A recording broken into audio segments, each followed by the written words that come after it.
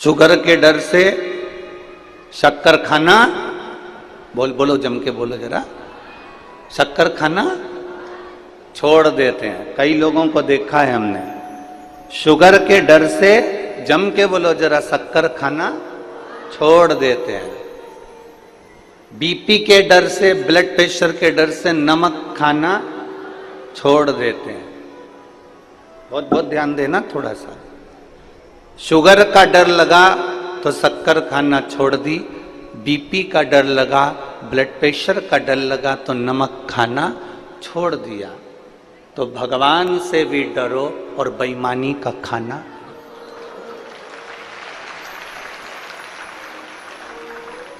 बेकार खाना छोड़ो। शुगर से डरे तो शक्कर खाना छोड़ी है, बीपी से डरे तो नमक खाना छोड़ा है। परमात्मा से थोड़ा सा डरिएगा और डर करिए। कोई गलत किसी ने कह दिया, हमें उस गलत बात को छोड़ देना। कोई गलत व्यसन आ गया, उस व्यसन को हमें छोड़ देना। गलत विचार आ गया, उस गलत विचार को हमें छोड़ देना। गलत कोई ने गाली दे दी, उस गाली को हमें, व्यक्ति को नहीं छोड़ना, उस गाली को छोड़ देना। मेरे भगवान कृष्ण को तो उनके बुआ के लड़के ही गाली बक रहे थे। मेरे भगवान कृष्ण को उनके बुआ के लड़के ही गाली बक रहे थे। इतनी गालियां दी गई, इतनी गाली दी गई, भगवान कृष्ण सुनते रहे। सुनते सुनते भगवान कृष्ण से कहा गया कि आपका बुआ का लड़का है, इसको तुम अब हटाओ यहां से, तुम्हारा संबंध खत्म कर दो, तुम्हारी रिश्तेदारी बंद कर दो। भगवान कृष्ण कहते रिश्तेदारी बंद नहीं करूंगा, गाली को दूर कर दूंगा। हम क्या करते हैं, किसी ने हमको गाली दी तो हमने उससे बोलना, अरे जम के तो बोलो जरा, बोलना बंद कर दिया। सास ने गाली दी तो बहू ने तबेले जैसा मुंह बना लिया, भगोने जैसा मुंह बनाया, आज के बाद मैं सास से बात नहीं करूंगा। सास ने तुम्हारे बच्चे को डांट लगाई तो तुमने अपने बच्चे से कह दिया, अब मत जाना दादी के पास में, आप दादी के पास जाने की जरूरत नहीं है, तेरी दादी अच्छी नहीं है, तुझे डांटती है ना, तुझे गुस्सा करती है ना, तुझे टॉफी नहीं दिलाती ना, तुझे आइसक्रीम नहीं दिलाती ना। बल्कि बहू को चाहिए कि बच्चे से कहे तेरी दादी बहुत अच्छी है। घर में अगर डांटेगी नहीं ना तो तू अच्छा नहीं बन पाएगा, इसलिए उसका डांटना जरूरी है। हम उसको गलत सीख दे रहे हैं, हम उसको गलत बात बता रहे हैं। किसी ने डांट दिया, हमने उससे बोलना बंद कर दिया। अरे यहां तक शंकर जी के मंदिर में जाऊं ना, बहुत सारी माताएं शिव जी के मंदिर में गई और शंकर जी को जल चढ़ा रही थी, तो किसी ने जम के ठेसा मार दिया ना, एकदम तुल्ला जम के, तो लोग उससे भी बात करना बंद कर दे। कोई अपशब्द कह रहा है तो हमने बात करना बंद कर दी, कोई ने गाली दे दी तो हमने बात करना बंद कर दी, कोई ने आड़ा टेढ़ा बोल दिया तो हमने बात करना बंद कर दी, कोई ने कुछ कह दिया तो हमने बात करना बंद कर दी। शिव महापुराण की कथा कहती है, बात करना कभी बंद मत करो। कोई कुछ भी बोले, आग लगे बस्ती में, अपन रहो मस्ती में। क्या किसको रोइए, चादर तान के सोइए। अपने को मतलब नहीं होना चाहिए, अपने को तो खुशी होना चाहिए, अच्छा है हमारे पाप निकल रहे हैं। कोई ने आपको गाली दे दी ना, समझ लेना आपके पाप निकल रहे हैं। कोई ने आपको अपशब्द कह दिया ना, समझ लेना आपके पाप धुल रहे हैं। कोई आपको आड़ा टेढ़ा बोल दिया ना, समझ लेना आपके पाप सब समाप्त हो।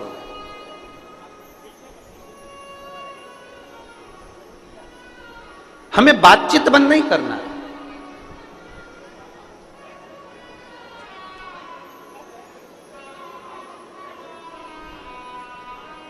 भगवान नारायण के चरणों में कौन बैठी रहती है? बोलते जाओ जरा, परतवाड़ा वालों, तुम्हारी आवाज यहां तक आना चाहिए। कौन बैठी है? लक्ष्मी जी। गणेश जी के बाजू में कौन कौन है? रिद्धि सिद्धि। ब्रह्मा जी के बाजू में कौन है? ब्रह्मांड। इंद्र के बाजू में इंद्राणी। केवल एक शंकर भगवान की अर्धांगिनी माता पार्वती जी ऐसी हैं, शंकर जी के मंदिर में जाकर देखना कि दोनों आमने सामने बैठे हुए हैं, बाजू में नहीं है, आमने सामने। क्यों? कारण मैं कुछ कहूं आप सुनना, आप कुछ कहेंगे मैं सुनूंगी, मैं आपके सामने, आप मेरे सामने रहो, जिंदगी भर रहो। और एक आप और हम हैं, जरा सी कोई बात हो जाती है तो कहते आज के बाद तेरा मुंह ही नहीं देखूंगी, तेरा मुंह ही नहीं देखूंगी।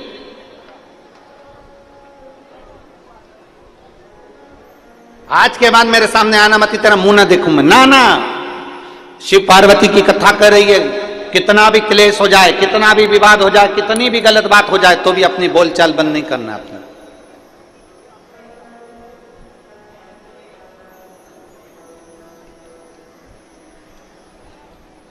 हम क्यों बंद करें?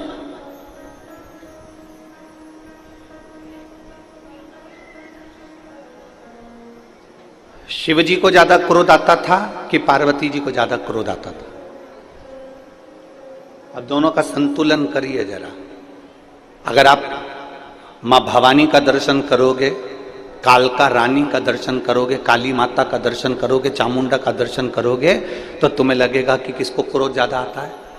पार्वती जी को। और यदि आप भगवान शंकर का दर्शन करो, जिन्होंने अपनी जटा का बाल थोड़ा वीरभद्र को उत्पन्न करा और दक्ष प्रजापति की यज्ञ को विध्वंस कर दिया,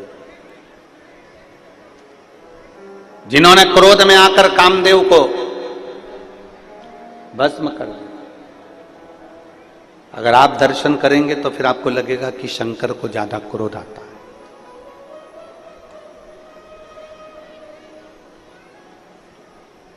पर एक बार भी शंकर भगवान के मुख से यह नहीं निकला कि पार्वती तुझे क्रोध आता है।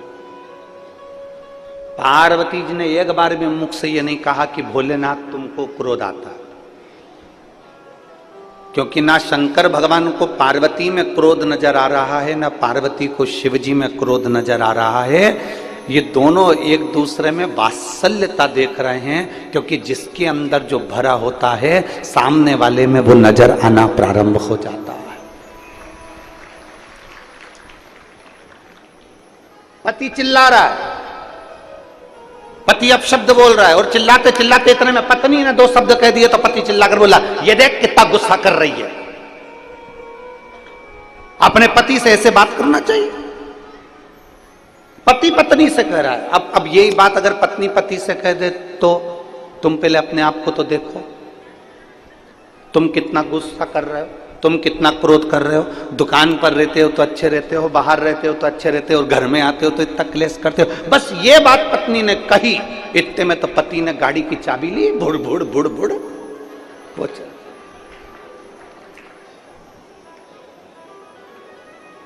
फिर गलत किसने कहा? जरा विचार करिए, बच्चा जब छोटा रहता है तो हम कहते हैं कितना नटखट है।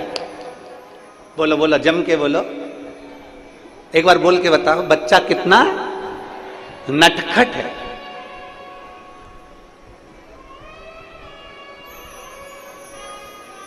केवल बच्चा जब छोटा रहता है तब उसको कहा जाता है कि बच्चा कितना नटखट है। जब बड़ा होता है तो नट सारे ढीले हो जाते हैं, और बुढ़ापे आते आते केवल खटखट ही रह जाती है।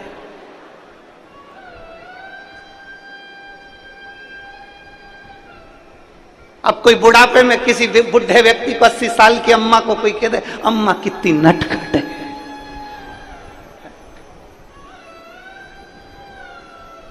अब कोई कहे, हम हमारे जजमान को कह दे श्री ओम प्रकाश जी को कि ओम प्रकाश जी तुम कितने नटखट हो। अब कोई कहे, अवस्था में कोई नटखट कहेगा?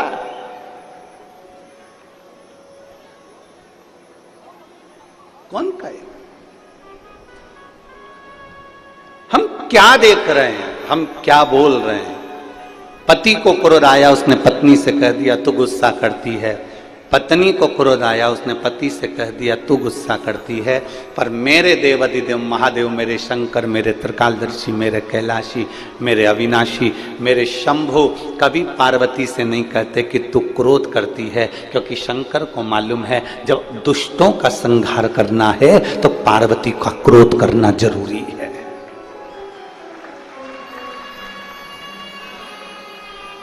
जब दुष्टों का संहार करना है तो पार्वती का क्रोध करना जरूरी है। अनायास क्रोध माता पार्वती कभी नहीं करी है। लक्ष्मी जी ने गुस्सा करा, अनायास करा, भगवान नारायण हंस दिए। लक्ष्मी जी को देखकर लक्ष्मी जी को क्रोध आ गया, लक्ष्मी जी ने श्राप दे दिया नारायण को, मैं तुम्हें श्राप देती हूं, तुम्हारा शीश कटेगा और घोड़े का मुंह लगेगा क्योंकि तुम घोड़े जैसे हंसे हो। और भगवान विष्णु का शीश कटा, घोड़े का मुख लगा, हयग्रीव अवतार हो गया। घोड़े का मुख लगा, हयग्रीव अवतार हुआ लक्ष्मी जी के कारण। यहां क्रोध लक्ष्मी जी को नहीं आना था, पर क्रोध आया, अनायास क्रोध लक्ष्मी जी को आ सकता है, अनायास क्रोध ब्रह्माणी को आ सकता है। ब्रह्माणी को क्रोध आया ब्रह्मा जी के ऊपर जब यज्ञ कर रहे थे पुष्कर राज की भूमि पर।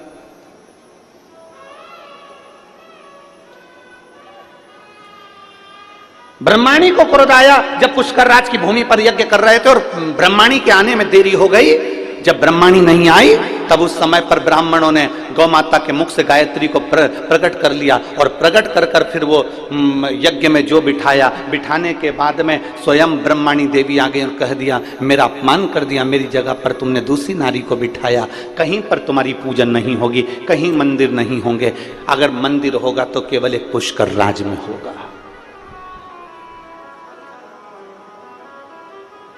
केवल एक पुष्कर राज।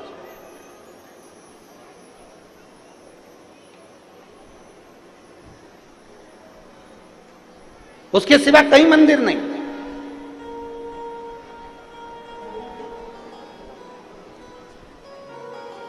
और किसी स्थान पर तुम्हारा मंदिर नहीं होगा। जब ब्रह्माणी ने श्राप दिया तो ब्रह्मदेव कहते, ब्रह्माणी तुम क्या बोल रही हो?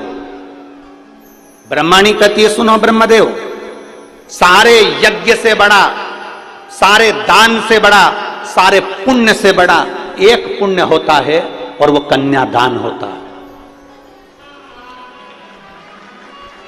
सारे यज्ञ से बड़ा, सारे दान से बड़ा, सारे पुण्य से बड़ा एक पुण्य होता है और वो कन्यादान होता है। इसके सिवा कोई दान बड़ा नहीं कन्यादान के आगे। इसलिए हम हमारी भारत माता की पुत्रियों से, भारत माता की बेटियों से प्रत्येक कथा में निवेदन करते हैं कि मेरी बेटियों, तुम कितनी भी ऊंची पढ़ाई करना, कितनी भी अच्छे ऑफिस में काम करना, पर अपने पिता को कन्यादान का मौका जरूर देना। हम हमारी बेटियों से कहते हैं कि आप कितने भी अच्छे पढ़ लो, अच्छे ऊंचे से ऊंचे स्कूल में पढ़ो, ऊंचे से ऊंचे कॉलेज में पढ़ो, अच्छी एजुकेशन आप धारण करिए, खूब अच्छे अच्छे अहदे पर, पद पर मेरी बेटियां बैठे, पर इतना याद रखना अपने पिता को कन्यादान का मौका जरूर देना। जरा सी चाउमीन के चक्कर में और 10 रुपए के पेट्रोल और डीजल के चक्कर में और भुड़ भुड़ के चक्कर में, किसी एरे गिरे नत्थु खेरे के चक्कर में मत आ जाना। अपने माता पिता को कन्यादान का मौका जरूर देना।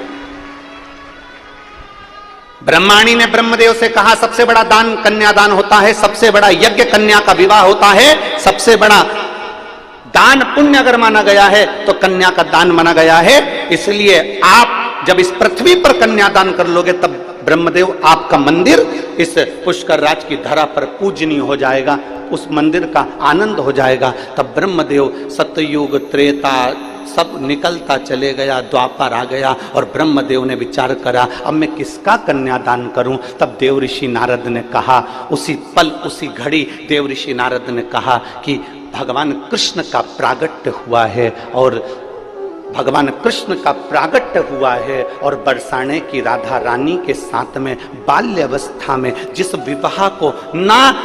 विवाह को कोई नहीं जानता, केवल एक ब्रह्मदेव जानते हैं, केवल एक नारद जी जानते हैं, केवल एक राधा जानती है और केवल एक कृष्ण जानते हैं। बाल्यावस्था में भगवान ब्रह्मदेव ने नारद जी की साक्षी में भांडिर वन में बैठकर राधा जी का कन्यादान कर दिया। तब जाके ब्रह्मदेव का पूजन पुष्कर राज की धरा पर प्रारंभ हो गया। तब जाकर सहजता नहीं है महाराज, उसको समझना। इस विवाह को केवल ब्रह्मदेव जानते हैं, इस विवाह को केवल नारद जी जानते हैं, इस विवाह को केवल अगर जानते हैं तो राधा और कृष्ण जानते हैं, इसके सिवा वो विवाह कोई नहीं जानता। वो गोपनीय विवाह जो भांडिर वन में किया गया। लक्ष्मी जी ने क्रोध करा भगवान नारायण को, घोड़े का मुख लगा। ब्रह्माणी ने क्रोध करा ब्रह्मदेव को, स्वयं पुष्कर राज में केवल पूजे गए, बाकी के कहीं नहीं पूजे गए। तो यहाँ मेरी पार्वती मैया अनायास क्रोध नहीं करती, मेरी पार्वती मैया हर कभी क्रोध नहीं करती। जहां क्रोध की जरूरत है वहां पार्वती जी क्रोध करती हैं। और आप कभी अनुभव करिएगा, मेरा बहुओं से निवेदन है, मेरा बेटियों से निवेदन है कि आप कभी अनायास क्रोध ना करें, हर कभी क्रोध ना करें। क्रोध का भी एक समय होता, क्रोध पर थोड़ा सा कंट्रोल होना चाहिए। क्या होना चाहिए? जम के बोलो जरा, कंट्रोल। बेडरूम होता है घर में, बोलो बोलो जम के बोलो। वो मेरी परतवाड़ा की जीजी बोलो, घर में बेडरूम होता है, जम के तो बोलो। ड्राइंग रूम होता है, वॉशरूम होता है, ठीक है। तो फिर घर में एक रूम कंट्रोल रूम भी होना चाहिए।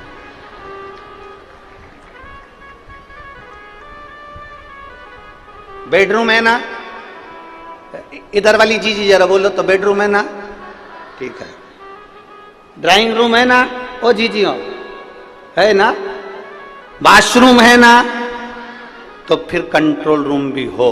जैसे गुस्सा आए उस रूम में जाकर बैठ जाओ, अपने आप को कंट्रोल करना प्रारंभ करिए।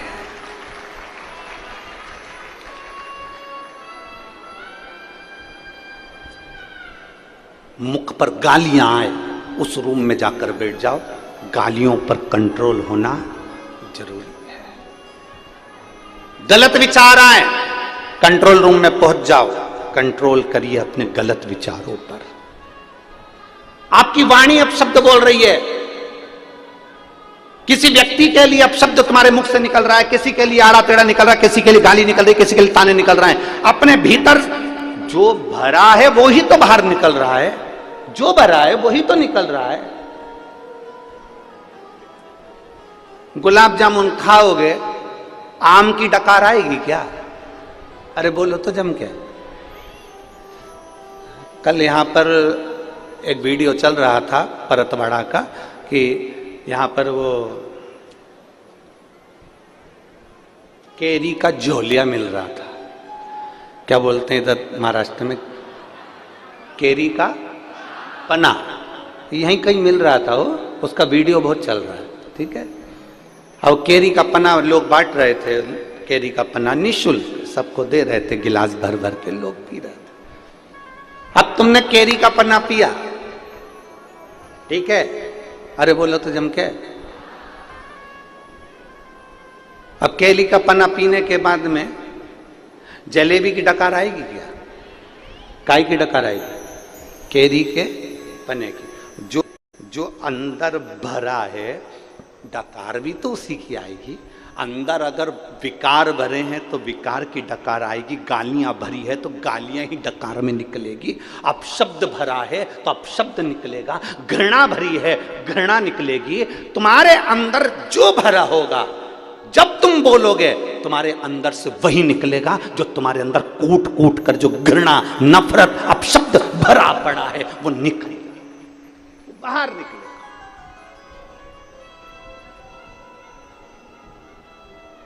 कोई व्यक्ति बहुत अच्छा बोल रहा है, समझ लेना उसके अंदर अच्छाई भरी हुई है। कोई व्यक्ति बहुत अच्छी व्यवहार कर रहा है, समझ लो उसके अंदर व्यवहार अच्छा भरा हुआ।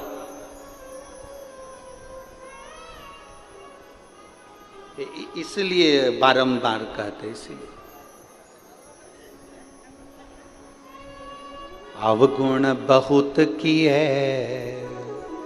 दयालु मैंने अवगुण बहुत किए,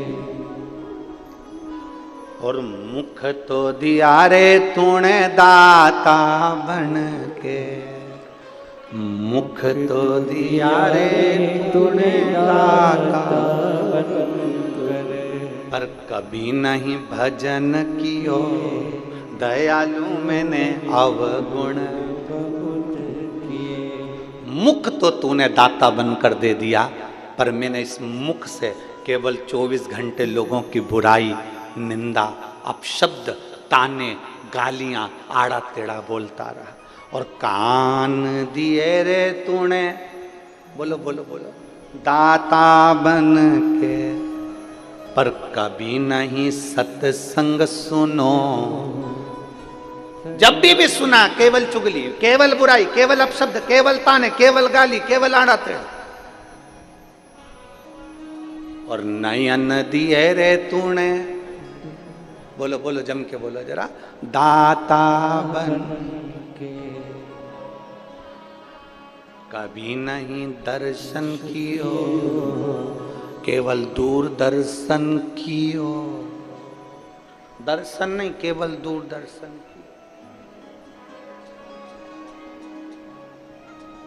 चित्र अच्छा देखोगे तो चरित्र भी अच्छा होगा।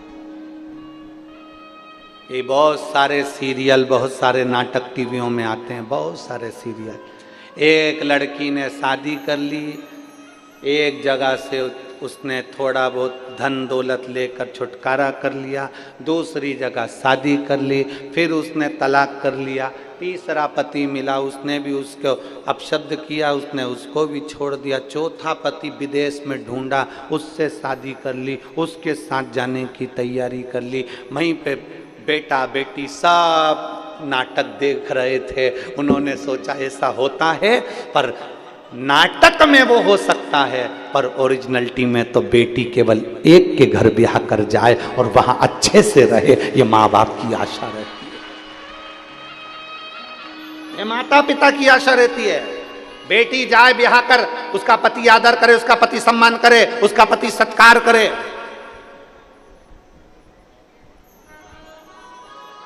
ये हर माता पिता का एक मन का भाव होता है, प्रत्येक माता पिता का।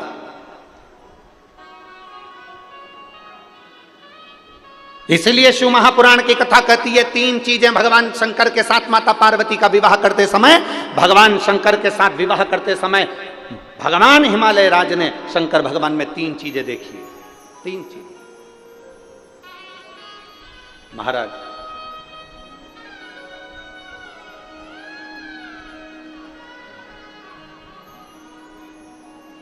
पार्वती जी के पिता हिमालय राज ने शंकर जी के साथ विवाह करते समय तीन चीजें देखी।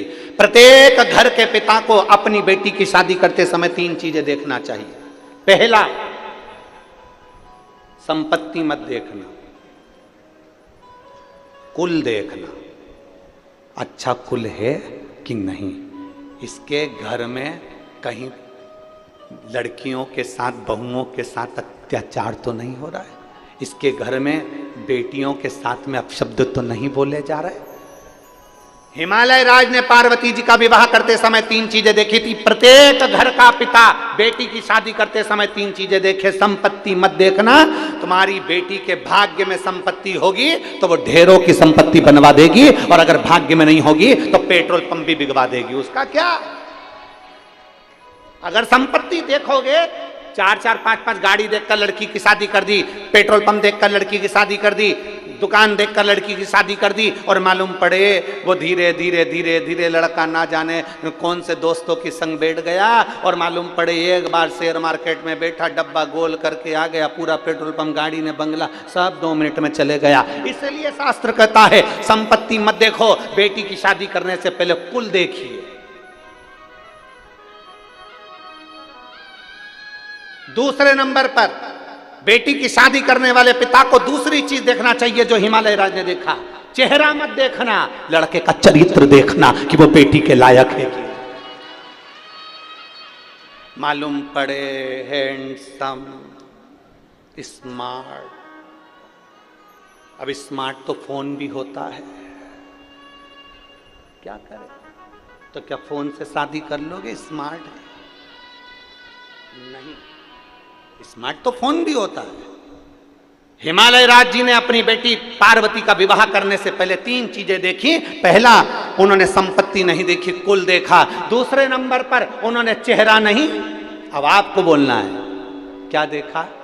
चरित्र देखा। लड़का कहीं गलत पीने खाने में तो नहीं, व्यसन में तो नहीं, बेकार जगह तो नहीं जाता, कहीं और इसका संबंध तो नहीं। मालूम पड़े हमारी बेटी जिंदगी भर रोहे कि मालूम चेहरा तो अच्छा था, स्मार्टफोन जैसा था, नजर भी अच्छा आ रहा था, कभी कभी एप्पल जैसा भी था, पर बेटी को दुख हो तो क्या मतलब का वो एप्पल का फोन किस काम का जब तुम्हें चलाना ही नहीं आए? तो बोलो तो सही ईमानदारी से, क्या काम का? गांव का कोई व्यक्ति बेचारा फसल का काम करे ना, जो जमीन में खेती बाड़ी करे, उस व्यक्ति को कोई बहुत बड़ा एप्पल का फोन दे देनी तो वो तो जाके कह दे छोरा से मेरे को नहीं चाहिए, मेरे से चले ही नहीं, मारे तो कीपैड ला के दे दे, छोटा सा नंबर दबाऊं और बात हो जाए और बाद में बात खत्म, मेरे से तो बस इतना सा चले। अभी भी यहाँ पर कई माताएं ऐसी बैठी है, कई माताएं बैठी है जिसको बड़ा बड़ा फोन चलाना नहीं आया, तो छोटा सा फोन से काम चला लो। भले उसका लड़का 10,000 20,000 का चला है, पर वो तो वो 500-700 का चला ले, बहुत है होता बहुत।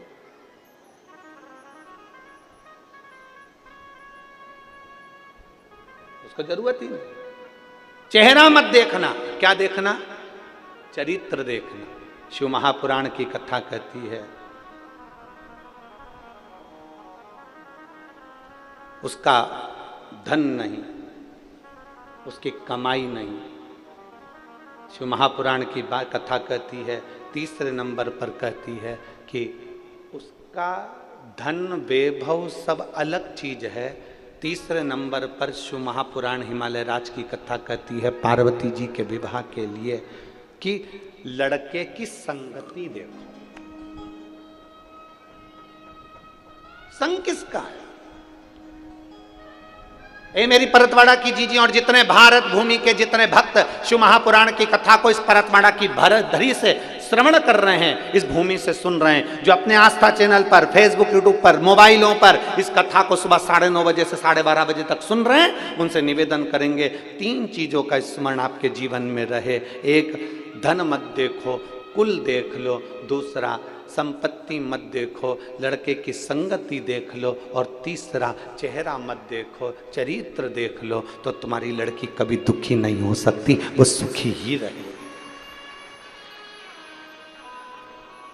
सुखी रहेगी।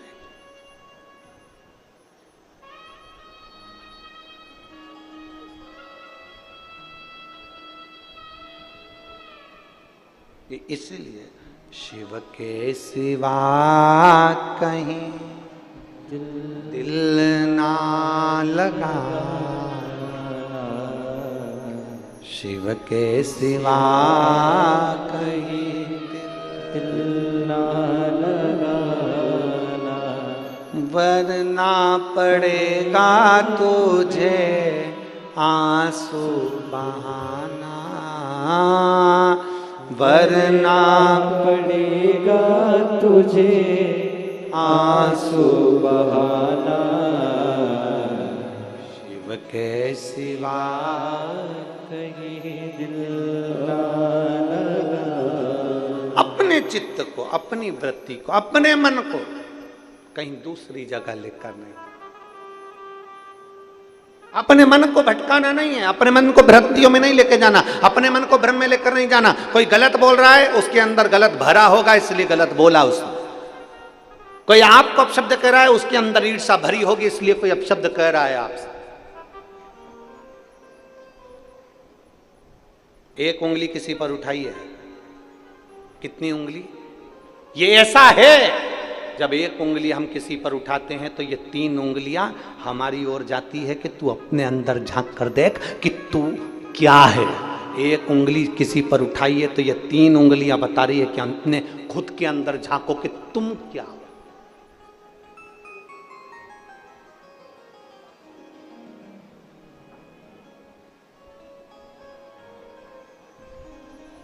सास बहू की गलतियां निकाले, बहुत निकाले, खूब निकाले।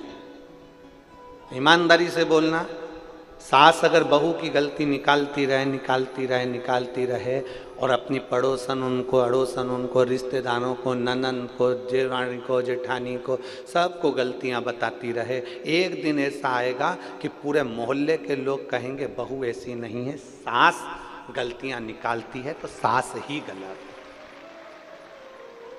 बहू दिन भर सास की गलतियां निकालती रहे, जब मायके जाए तब गलती, जब जाए तब गलती, बहन आए तो गलती बताए, कोई आए तो गलती, पति को गलती बताए। तो एक दिन ऐसा आता है कि लोग भी समझ जाते हैं सास गलत नहीं, गलत ये है।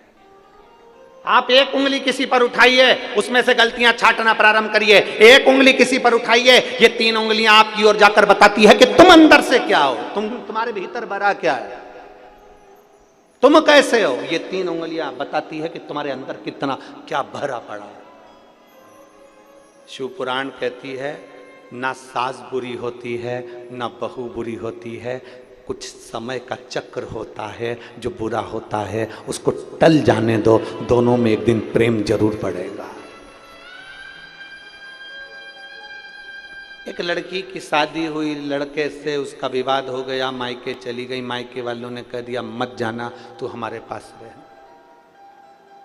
शिव महापुराण की कथा कहती है थोड़ा टल जाने दो, इस संवाद को थोड़ा टल जाने दो। लड़का लड़की में विवाद हुआ है ना, थोड़ा समझाओ, कोई बात नहीं बेटा, चल हम बैठते हैं, बात करो, अच्छे से रहो, दोनों अच्छे से रहो, प्रेम से रहो। विवाद हुआ है, अभी नए नए जुड़े हुए, 1 साल हुआ शादी का, 2 साल हुआ, 3 साल हुआ, थोड़ा समय लगेगा, कम से कम 5-6 साल इंतजार करो, इसके बाद निर्णय पर पहुंचना। इतनी जल्दी निर्णय मत ले कि मुझे अब इसके साथ रहना ही नहीं। बहुत समय तुम मायके में रह रही है, जा ससुराल में ले। हो सकता है बेटी को समझाओ, तू एक बार विवाद कर कर आ गई, मान लो तेरे को ऐसा पति मिला और तूने तलाक भी ले लिया, तो हो सकता है तो दूसरी शादी करे और वो भी ऐसा ही निकल गया, तो क्या जवाब था। थोड़ा समझाओ, थोड़ा समझाने का प्रयास करिए, थोड़ा कहने का प्रयास करिए। हाँ, जब बेटी के लायक लड़का ना हो और तुम्हें लगे कि ये बेटी के लायक नहीं, सही में हाथ उठाता, मारता, ठोकता, गाली देता, अपशब्द कहता, इज्जत नहीं करता, सम्मान नहीं करता। कितनी बड़ी बात, एक बुजुर्ग व्यक्ति मरते मरते 4 बातें अपने लड़के को कहकर चले गया।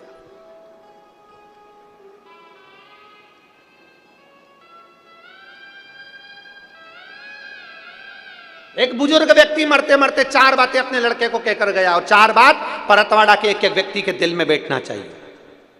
एक बुजुर्ग व्यक्ति मरते मरते 4 बातें अपने लड़के को कह गया, बेटा छांव में जाना, छांव में आना, बेटा घर में चमड़े की एक दीवार रखना। पहली बात क्या बोली, बेटा जम के बोलो परतवाड़ा वाला, छांव में आना, छांव में जाना, घर में एक चमड़े की दीवार रखना। तीसरी बात कही, मीठा ही मीठा खाना, मीठा ही मीठा। और चौथी बात कही, अपनी पत्नी को डांटना है तो बांध के डांटना, अपनी पत्नी को डांटना है तो बांध कर डांटना। ये 4 बातें बुजुर्ग कहकर चले गया। लड़के ने अमल करना प्रारंभ कर दिया। छांव छांव जाओ, छांव छांव आओ। तो लड़के ने क्या करा, अपनी दुकान तक, अपने घर से लेकर दुकान तक टेंट लगवा दिया। छांव में जाता, छांव में आता। लड़के ने सुना पिताजी ने कहा कि चमड़े की दीवार घर में रखना, तो जब गांव में कोई भैंस मरी, उसका चमड़ा लाकर उसने निकलवा के अपनी दीवार पे टांग दिया। चमड़े की दीवार, बदबू मारने लगा घर। तीसरी बात, मीठा ही मीठा खाना, इतना मीठा खाया कि शुगर हो गई। और चौथी बात, अपनी पत्नी को पहले बांधता फिर डांटता। एक दिन पत्नी छूटकर अपने मायके चली गई और अपने पिता से कहा, पिताजी से कहा, पापा मुझे नहीं जाना, बहुत गंदा माहौल है। पहले तो अच्छे थे, पर जब से पिताजी मरे 4 चीजें इनको बताकर चले गए, मीठा ही मीठा खाओ, चमड़े की दीवार रखो, और पत्नी को जब भी डांटना तो बांध कर डांटना, और छाँव छाँव जाना, छाँव छाँव आना। जमाई आया अपनी पत्नी को लेने के लिए। ससुर ने कहा, बेटा क्या बात है, तुम पहले तो ऐसे नहीं थे, तुम पहले ऐसे नहीं थे बेटा, क्या हुआ?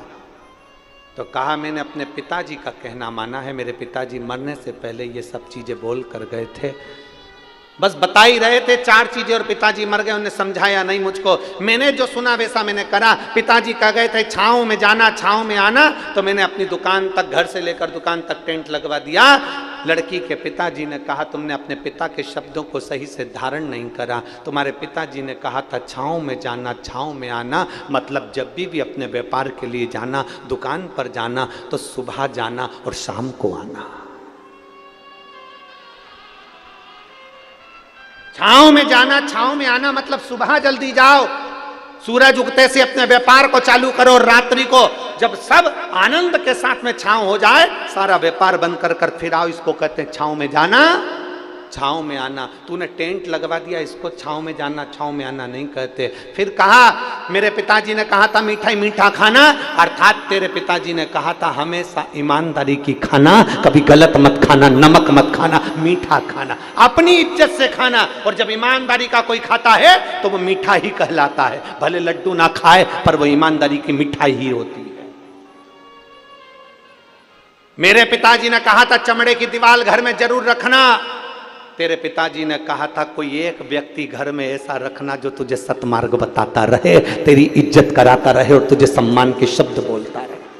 चमड़े की दीवार मतलब वो व्यक्ति जो तुमको उन्नति की सीढ़ी पर लेकर जाए। चमड़े की दीवार से मतलब है वो व्यक्ति जो चमड़े का शरीर है जिसका, और तुम्हें ज्ञान उपदेश दे, तुम्हें समझाए, तुम्हें अग्रण्य लेकर जाए, वो चमड़े की दीवार के बराबर होता है। घर में एक चमड़े की दीवार रखना मतलब एक मित्र, एक परिवार का सदस्य ऐसा रखना जो तुम्हें सतमार्ग बताए, वो चमड़े की दीवार है।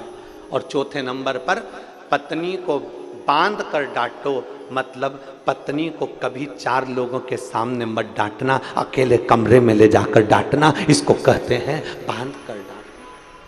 तू अपनी पत्नी की इज्जत क्यों गिरा रहा है? 4 दोस्तों के सामने पत्नी को अपशब्द कह दिया, रिश्तेदार आए तो उनके सामने अपशब्द कह दिया, नंदे आई तो उनके सामने अपशब्द कह दिया, नंदोई आए तो उनके सामने अपशब्द कह दिया, छोटे कई देवरानी खड़ी रहती है और पति आया और अपनी पत्नी को डांट दिया। 4 देवरानी के सामने उस जेठानी की क्या इज्जत होगी, उसका सम्मान क्या होगा? 4 दोस्तों की पत्नी के सामने आए और डांट दिया, उन 4 दोस्तों की पत्नी के सामने पत्नी की इज्जत क्या होगी? इसलिए उस ससुर ने, उस पिता ने कहा था कि पहले बांधना फिर डांटना, अर्थात अपनी पत्नी को कहीं 4 लोगों के सामने कुछ मत कहना, कहना तो कमरे में ले जाकर कहना। बस इतनी सी बात थी। उस व्यक्ति ने चरण पकड़ लिए, ससुर जी मैंने अपने पिता के शब्द को गलत सोच लिया था, मैंने अपने पिता के शब्द को गलत सोच लिया था। हम निवेदन करना चाहेंगे, दुनिया के कई लोग कथाओं को थोड़ा थोड़ा सा काट लेते हैं और उसको गलत तरह से पेश कर देते हैं। कभी बन सके गलत तरह से पेश करने से पहले उस कथा को पूरी सुनना कि सियोर वाले महाराज ने बोला क्या था, उस कथा को पूरी निकालिए, सुनिए, इसके बाद आप कहिए कि कथा गलत है कि सही है। कहने वाला कुछ भी कह दे, अपशब्द बोलने वाला अपशब्द कह दे। एक बहू ने कुछ कहा, सास ने गलत मतलब निकाल लिया। 4 तरह के लोग होते हैं, 4 तरह का मतलब निकालते हैं। पहले कथा को पूरा सुनो कि उस कथा का विस्तार वर्णन क्या करा गया है, उस कथा में बोला क्या गया था, उस कथा में कहा क्या गया था। छोटी सी बात लोगों ने, जैसे लोग कह दिए बेलपत्री पर, अरे गुरु जी ने क्या कहा था, पहले मेहनत करो, अपनी पूरा परिश्रम करना, फिर एक बेलपत्र शहद की ले जाकर समर्पित करना देवाधिदेव महादेव को। लोगों ने आधा काटा, आधा छाटा, थोड़ा सा निकाला और प्रस्तुत कर दिया। उसको समझो, कहां से बोला गया है, कहां से लिया गया है, क्यों बोला गया है, किस लिए बोला गया है, उस प्रसंग को समझने की जरूरत है। उठाया, कह दिया, प्रस्तुत कर दिया ना। उस लड़के ने अपने पिता के 4 वचन को गलत सोच लिया था। टेंट लगवा दिया, मीठा ही मीठा खाया, शुगर हो गई, भैंस मर गई, चमड़ा लाकर दीवार पर टांग लिया, चमड़े की दीवार हो गई, और पत्नी का हाथ बांध कर डांटे। तो ये कहां की रीति है? पिता के शब्द को समझना जरूरी है, व्यक्ति के शब्द को समझना जरूरी है।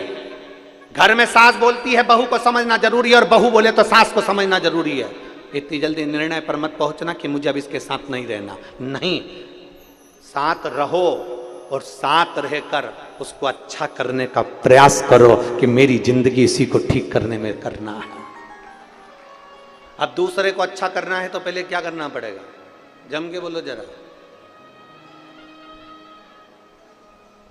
बहू को अच्छा बनाना है तो सास को क्या करना पड़ेगा?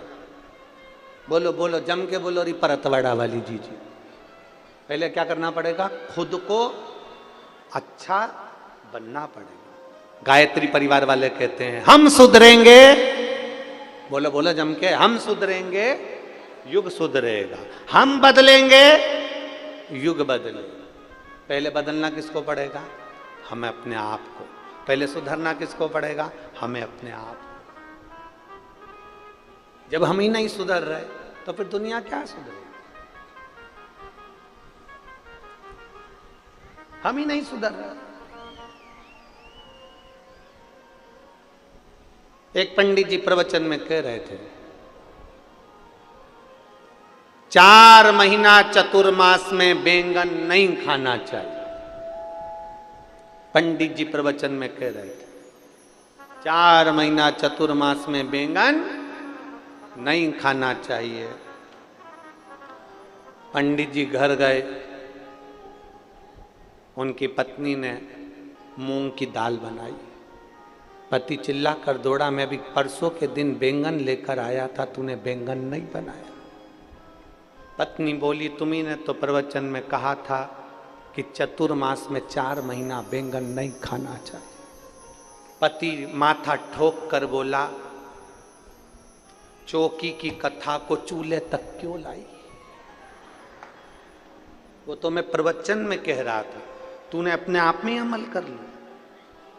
हम जो कहें पहले अपने आप में अमल करना चाहिए।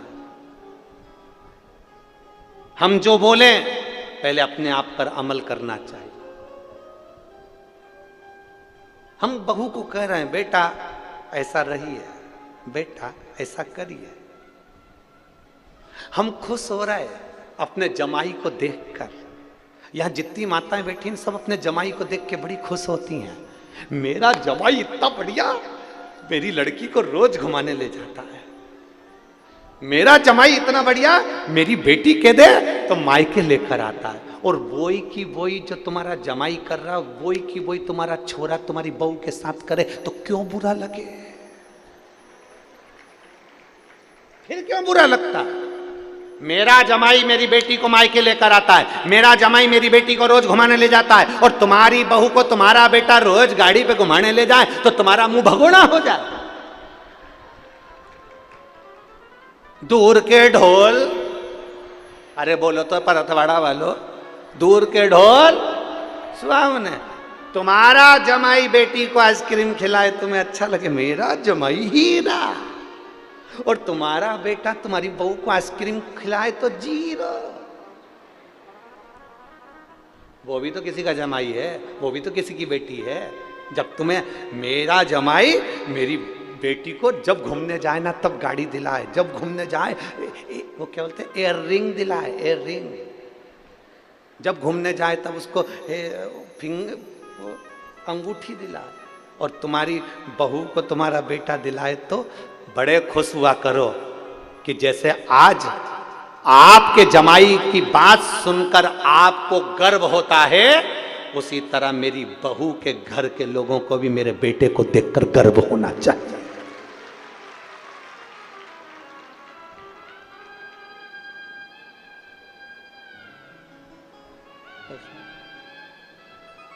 दूर के ढोल शिव के सिवा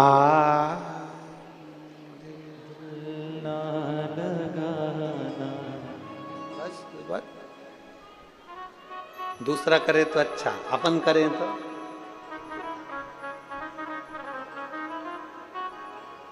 अपन करें तो बेकार। स्वयं को सुधारिए।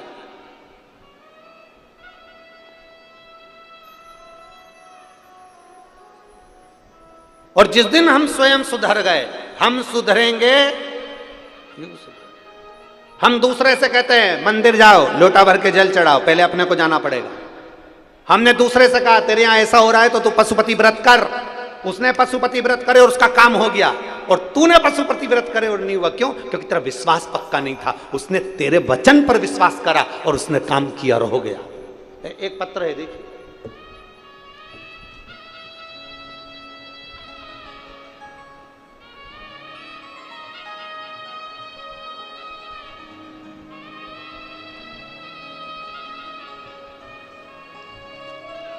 मेरा नाम प्रियंका नंद किशोर मुच्छेकर है। मैं आकोट जिला अकोला की रहने वाली हूँ। कहीं बैठी हो तो हाथ हिला सकती हैं। अगर कहीं बैठी हो तो हाथ हिला सकती हैं। मेरा नाम प्रियंका नंद किशोर मुच्छेकर है। मैं आकोट जिला अकोला की रहने वासी हूँ। कहीं बैठी हो तो अपना हाथ हिला सकती हैं। आकोट जिला अकोला की रहने वाली हूं। मेरा मोबाइल नंबर ये है। मैं 11 साल से नौकरी के लिए स्पर्धा परीक्षा दे रही थी, पर मेरा कहीं पर नहीं हुआ। फिर मैंने 11 साल एग्जाम देने का प्रयास किया। एग्जाम देने के बाद मेरा जब सिलेक्शन नहीं हुआ तो मैंने परीक्षा देना बंद कर दिया। मैंने परीक्षा देना बंद करी क्योंकि मैं परीक्षा में फेल हो जाती थी। 2022 में मेरी माँ ने मुझे शिव महापुराण की कथा टीवी पर सुनाई। कथा के बारे में बताया। मैंने बोला, माँ ऐसा महाराजों तो ढेर सारी बातें बोलता रहता है, क्या होगा? मेरी माँ ने कहा, वो सियोर वाला महाराज कहता है कि हिम्मत मत हारना, एक बार फिर परीक्षा दे और फॉर्म भर। 11 साल परीक्षा देने के बाद में मैंने फॉर्म भरना बंद कर दिया, पढ़ना बंद कर दिया। तब आपकी कथा सुनकर मुझे बल आया। आप कहते हो हिम्मत मत हारना, महादेव तुम्हारा साथ देगा। एक बार नहीं 4 बार अगर परीक्षा देना है तो 5 बार दो और बाबा के ऊपर भरोसा रखो। मैंने अपनी माँ के कहने पर टीवी पर कथा सुनना प्रारंभ करी और फिर मैंने पशुपतिनाथ का व्रत किया। एक बार मेरा पशुपति व्रत पूरा हो गया, उसका कोई फल नहीं मिला। मेरी माँ कहती है कोई बात नहीं, दूसरी बार फिर कर। 2 महीने बाद मैंने पशुपतिनाथ का फिर व्रत करा, पर मेरा उस व्रत से भी कोई सिलेक्शन नहीं हुआ। तब मेरी साथ की सहेलियों ने कह दिया, व्रत करने से अगर किसी को सिलेक्शन हो जाता तो ना जाने कितनों का हो जाता। तब मैंने व्रत नहीं करा, पर मेरी माँ ने कहा एक बार फिर व्रत कर। तब मैंने तीसरी बार व्रत करा और बाबा की कृपा का क्या गुणगान करूं। आज मैं सरकारी स्कूल में शिक्षक के पद पर मेरी एडमिशन हुआ। मैं बाबा को धन्यवाद देती हूँ। कहीं बैठी हूँ, मेरा नाम प्रियंका नंद किशोर मुझे कर है। मैं आकोट जिला अकोला की निवासी हूँ और मेरा मोबाइल नंबर ये है। आई हैं क्या? पीछे हैं, एक बार हाथ हिलाओ दिख जाएगी। कैमरे में कैच कर लो तो टीवी पर दिख जाएंगी। हमको तो नज़र नहीं आ रही यहाँ से। हाँ ठीक है, दिख गए हो। एक बार वापिस हाथ हिला दो। हाँ ठीक है, दिख गए हो। श्री शिवाय नमस्तुभ्यम। बधाई आपको बहुत बहुत। प्रयास करो, थोड़ा थोड़ा संघर्ष करना पड़ सकता है, थोड़ी मेहनत करना पड़ सकती है, पर आगे बढ़ने का प्रयास करें। दुनिया के लोग कितनी भी टांग खींचे, दुनिया के लोग कितना भी अपशब्द कहे, दुनिया के लोग कितना भी ताना दें, आपकी जब गरीब परिस्थिति रहती है, आपके जब दुख का समय रहता है, दुनिया का कोई व्यक्ति तुम्हारा साथ देने नहीं आता। तब तुम्हारे भीतर का विल पावर, तुम्हारे भीतर की हिम्मत तुम्हें अंदर से आकर बोलती है कि चिंता मत करना, तेरा काल अधिपति महाकाल तेरे साथ खड़ा है, बढ़ आगे। इसलिए शिव के सिवा कहीं दिल ना लगाना, शिव के सिवा कहीं दिल ना लगाना, वरना पड़ेगा तुझे आंसू बहाना, वरना पड़ेगा तुझे आंसू बहाना। शिव के सिवा कहीं दिल ना लगाना, शिव के सिवा कहीं दिल ना लगाना, शिव के सिवा कहीं दिल ना लगाना, शिव के सिवा कहीं दिल ना लगाना। बड़े भाव से दोनों हाथों से आनंद के साथ। वरना पड़ेगा तुझे आंसू बहाना, वरना पड़ेगा तुझे आंसू बहाना, शिव के सिवा कहीं दिल ना लगाना, शिव के सिवा कहीं दिल ना लगाना।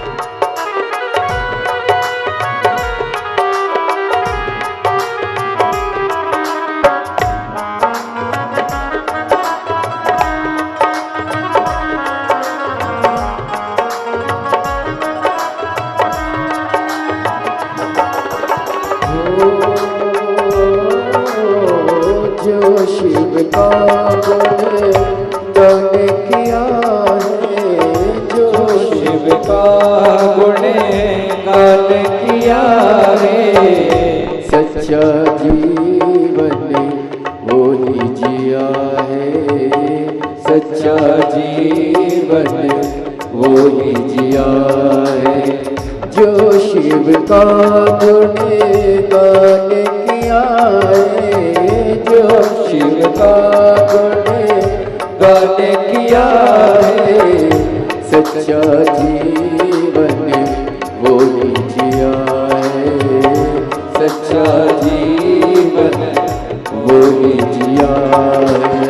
सुमिरन के बल से तुझे, सुमिरन के बल से तुझे मुक्ति न पाना।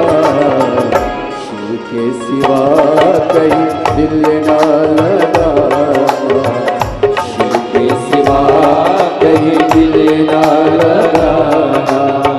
वरना पड़ेगा तुझे, वरना पड़ेगा तुझे आंसू बहाना। शिव के सिवा कहीं दिल न लगाना, शिव के सिवा कहीं दिल न लगाना।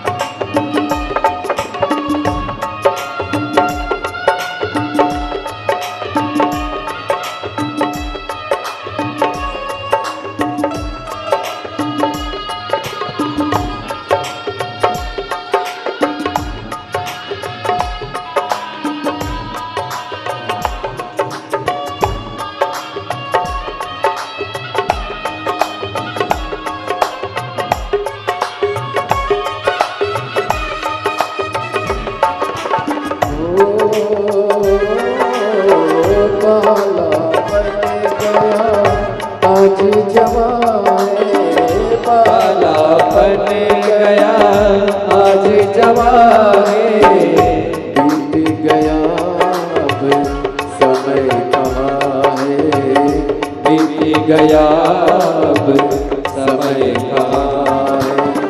बाला बन गया आज जवाए, बाला बन गया आज जवाए।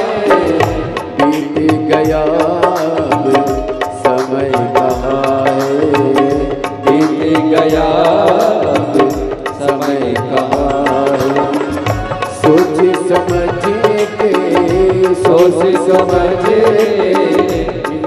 निकाला, शिव के सिवा कहीं दिल ना लगाना, शिव के सिवा कहीं दिल ना लगाना।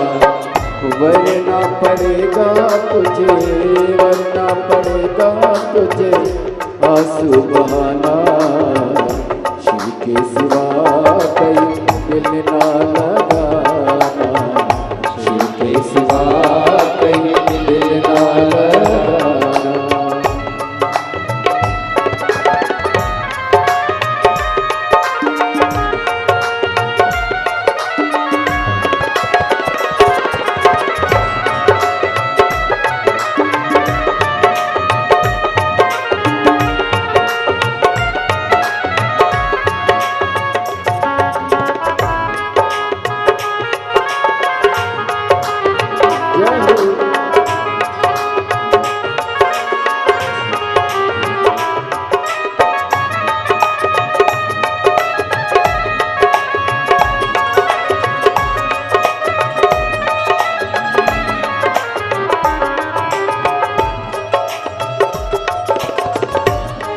बड़े आनंद में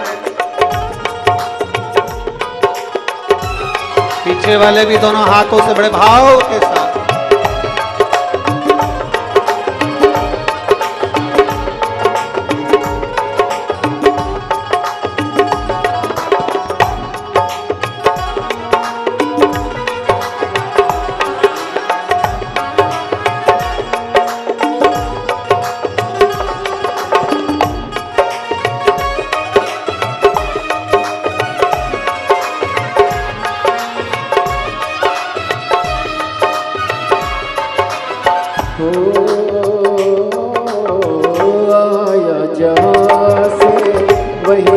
है जाना, आया जहाँ से वही फिर है जाना, वहाँ साथ दायना पैसा खजाना, वहाँ साथ जाएगा पैसा खजाना। आया जहाँ से वही फिर है जाना, आया जहाँ से वही फिर है जाना, वहाँ साथ जाएगा पैसा खजाना, वहाँ साथ जाएगा पैसा खजाना। पूछेगा तो क्या, पूछेगा तो क्या, करोगे बहाना, शिव के सिवा कहीं दिल ना लगाना, शिव के सिवा कहीं दिल ना लगाना।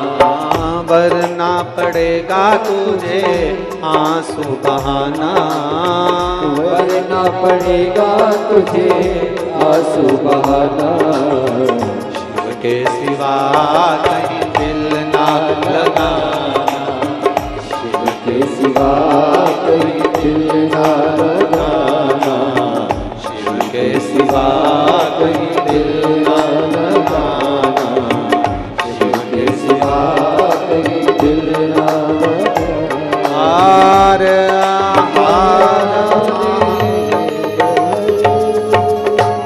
अपने स्थान पर बैठकर भगवान देवाधिदेव महादेव से अपने मन की बात बड़े भाव के साथ दिल से प्रार्थना, भाव से प्रार्थना करिए। जहां जगह मिले वहां बैठे, दिल से भाव से हृदय से शिव जी के नाम का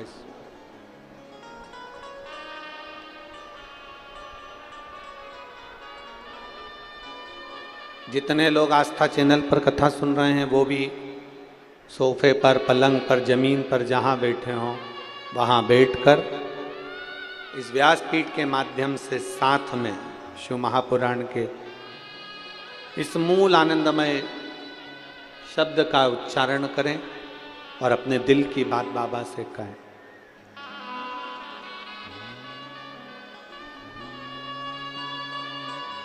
श्री शिवाय नमस्तु श्री शिवाय नमस्तु श्री शिवाय नमस्तु श्री नमस्तु श्री शिवाय नमस्तु भोला सब दुख काटो हमारा, ओ भोला सब दुख काटो शिव शंकर जपो तेरी माला, भोले बाबा जपो तेरी माला, भोला सब दुख काटो, ओ भोला सब दुख काटो। वेश है मंगल मंगलकारी, वेश है मंगल मंगलकारी, शमशान वासी हमारा,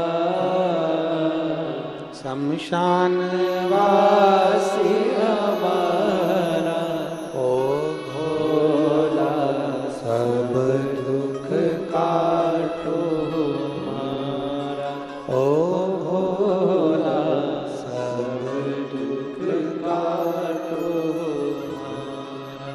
भगवान शिव का चरित्र कहता है, देवर्य महादेव का संवाद करता है।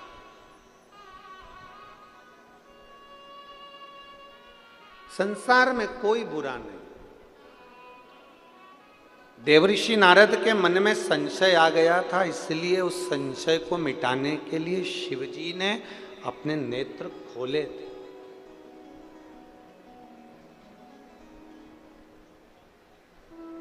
संशय को मिटाना। कभी कभी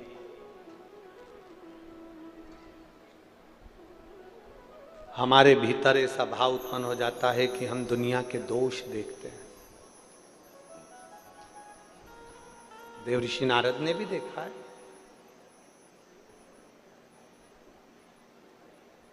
देवऋषि नारद के भीतर भी एक संशय उत्पन्न हो गया था कि भगवान शंकर सुनते नहीं, देखते नहीं, बोलते नहीं और शिव कुछ नहीं करते। ये देवऋषि नारद के भीतर एक छोटा सा भाव उत्पन्न हो। पर यहां जितने लोग बैठे हैं ऐसा नहीं है कि सब के भीतर यह भाव होगा कि क्या भगवान शंकर, कई लोगों के मन में आ जाता है क्या शिवजी सुनते हैं? जिसने समझ लिया कि शंकर सुनता भी है, शंकर बोलता भी है और शंकर छप्पर फाड़कर देता भी है, तो वो फिर शिव को छोड़कर कहीं दूसरी जगह जाता ही, फिर वो शिव को छोड़कर नहीं जाता। बोल बम का नारा है, जम के जरा बोल बम का नारा है। फिर वो शंकर को छोड़कर नहीं जाता, वो फिर शिव की स्तुति में लगा रहता। अपने पूरे समय को जो भगवान ने ये 83,99,999 योनियां काटने के बाद ये 84 लाखवें नंबर की जो ये योनि दी है, इस मानव की देह को हल्का फुल्का मत लो, इसको समझो कि इस योनि में हमें भगवान की भक्ति कर कर फिर अगली योनियां प्राप्त नहीं करना। जगत गुरु शंकराचार्य जी महाराज जी कहते हैं पुनरपि जननम पुनरपि मरणम के प्रपंच से छूटना है तो शंकर को एक लोटा जल चढ़ा।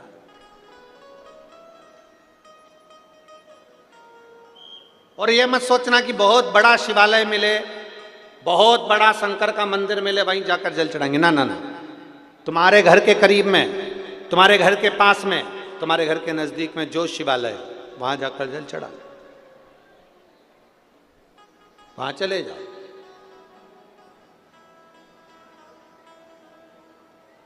घर में शंकर जी हैं आपके? किस किस के घर में है? जरा हाथ उठाओ तो जरा। सबके यहाँ है? रखो रखो, बहुत बढ़िया। हमने एक बार पहले बात कही थी, कई लोग एक प्रश्न करते हैं कि गुरुजी क्या घर में केवल एक ही शंकर जी रखना चाहिए? क्या घर में एक शिवलिंग रखना चाहिए कि दो रखना चाहिए? कितने शिवलिंग हम घर में रख सकते?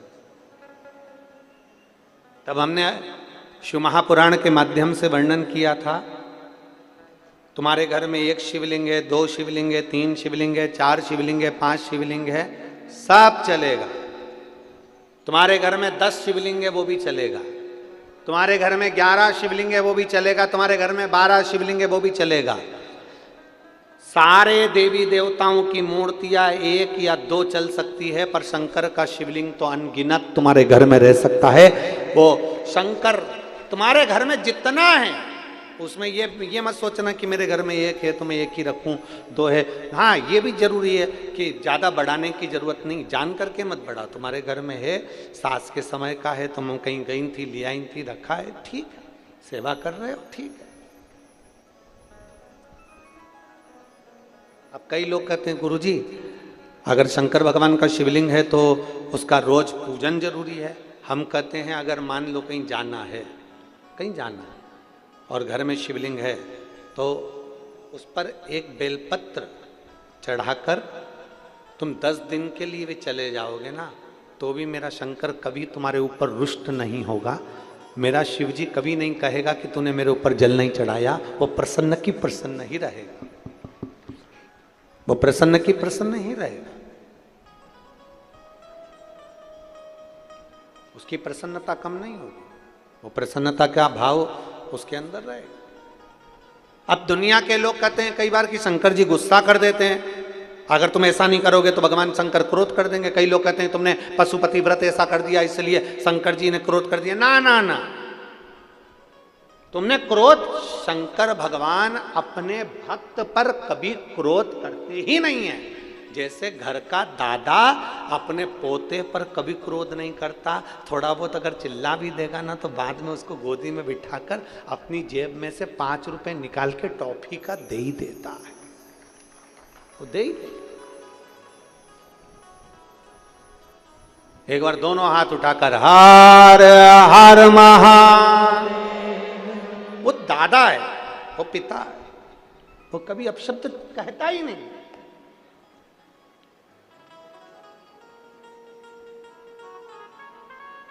ये मेरी जीजियों, अगर तुमको कोई ऐसी राय दे ना, तुमको ऐसा कोई समझाए कि ऐसा मत करना, शंकर जी गुस्सा कर जाएंगे। मंदिर में तुम जल चढ़ाने जाओ और कई कई लोग ऐसे मिल जाते, अरे तूने ऐसा कर दिया, शिव जी रुष्ट हो जाएंगे। तो उसके हाथ जोड़ के कहना तू चुप रहे, शंकर मेरे और मैं शंकर के, क्या किसको रोइए चादर तान के सोइए, हमें क्या करना। कई लोग शंकर भगवान रुष्ट हो जाएंगे, शिव जी रुष्ट हो जाएंगे, शंकर भगवान रुष्ट हो जाएंगे, शंकर भगवान को क्रोध आ जाएगा। ना, मां और बाप अपने बेटे से, अपने बच्चों से कितनी देर गुस्सा रह सकते हैं? बोलो बोलो, जम के बोलो। एक छोटा सा बच्चा है, माता पिता अपने बच्चे से कितनी देर गुस्सा रह सकते हैं? माता पिता अपने बच्चे से कितनी देर तक क्रोध में रह सकते हैं? कितना क्रोध करेंगे, कितना गुस्सा करेंगे? थोड़ी देर का क्रोध, थोड़ी देर का गुस्सा। मेरा देव अधिदेव महादेव तो बाहें फैलाकर खड़ा रहता है। जैसे आपको पहले कथा में कहा था, एक पिता के 2 पुत्र और दोनों पुत्र, एक पिता के 2 पुत्र और बड़ा पुत्र कह रहा है पापा मुझे तुम्हारे साथ में नहीं रहना, मुझे तुम्हारे साथ नहीं रहना, मुझे तुम्हारे साथ रहना ही नहीं है। और शंभु शरणे मांगू घड़ी रे, दुख काटो दया करे दर्शन आपो, शंभु शरण पड़ी मांगू घड़ी रे घड़ी, दुख काटो दया करे दर्शन आपो। एक पिता के 2 पुत्र हैं। बड़ा पुत्र कह रहा है मुझे तुम्हारे साथ नहीं रहना, मुझे मेरा जायदाद का हिस्सा दो, मुझे जाने दो। पिताजी ने प्रॉपर्टी के 3 हिस्से कर दिए, एक हिस्सा खुद का, दूसरा बड़े बेटे का, तीसरा छोटे बेटे। जायदाद का हिस्सा लिया, बड़ा बेटा शहर चले गया और बड़ा बेटा शहर गया और बड़ा बेटा जैसे शहर में जाता है उसके मित्र बन जाते हैं, जैसा हमने पहले कथा में कहा, ताली, थाली और प्याली। सब बर्बाद हो गया, बर्बाद होकर कुछ नहीं बचा। जब बर्बाद होकर कुछ नहीं बचा तो अपने घर को जाने को आतुर हुआ।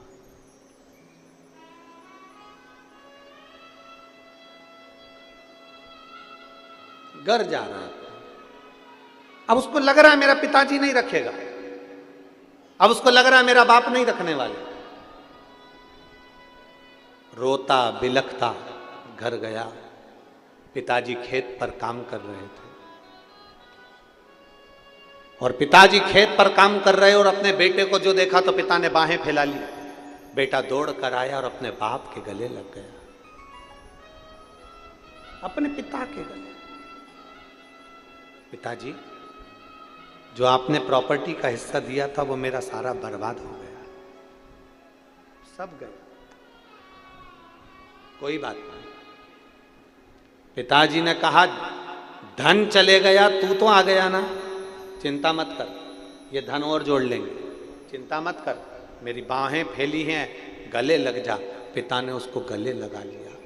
अपने बेटे को बाप ने गले लगाया और गले लगाकर अपने बेटे से कहा, तुझे चिंता करने की जरूरत नहीं है। शास्त्र कहता है, लोग कहते हैं कि एक गंदा व्यक्ति भी मंदिर जाता है, एक झूठ बोलने वाला व्यक्ति भी मंदिर जाता है, एक कपट करने वाला मंदिर भी जाता है, एक बेईमानी करने वाला व्यक्ति भी मंदिर जाता है, एक छल करने वाला व्यक्ति भी मंदिर जाता है, एक प्रपंच करने वाला व्यक्ति भी मंदिर जाता है। मेरे शंकर भगवान सबको अपने गले से लगाते हैं, किसी को नहीं छोड़ते, सबका कल्याण करते हैं। वो किसी को अनाथ नहीं छोड़ते, क्योंकि उसका नाम विश्वनाथ,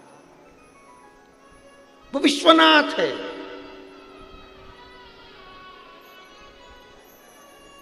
और मेरे भोले तेरा सहारा है, मेरे भोले तेरा सहारा है, मेरी नैया का तू किनारा है, मेरी नैया का तू किनारा है, मेरे भोले तेरा सहारा है, मेरे भोले तेरा सहारा है, मेरी नैया का तू किनारा है, मेरी नैया का तू किनारा है। किसी को अनाथ नहीं छोड़ता, उसका नाम विश्वनाथ है।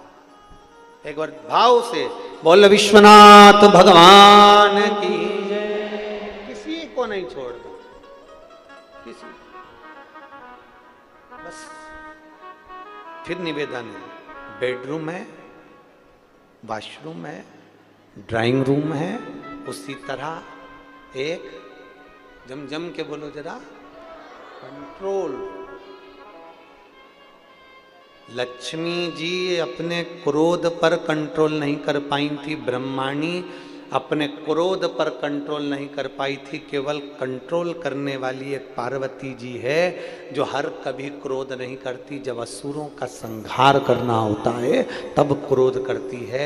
इसलिए शंकर पार्वती के सामने है और पार्वती शंकर के सामने।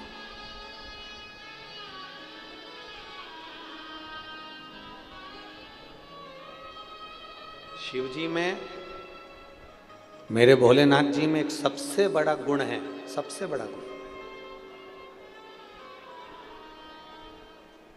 कौन सा गुण है शंकर भगवान में? सबसे बड़ा गुण शंकर भगवान का, सबसे बड़ा गुण। चलो बोलो जरा, परतवाड़ा वाले बताओ, शंकर भगवान का सबसे बड़ा गुण कौन सा है?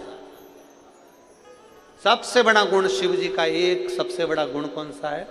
उनका गुण है, शंकर भगवान केवल एक ऐसे देवता हैं जिन्होंने अपनी पत्नी की भी पूजन करवा दी।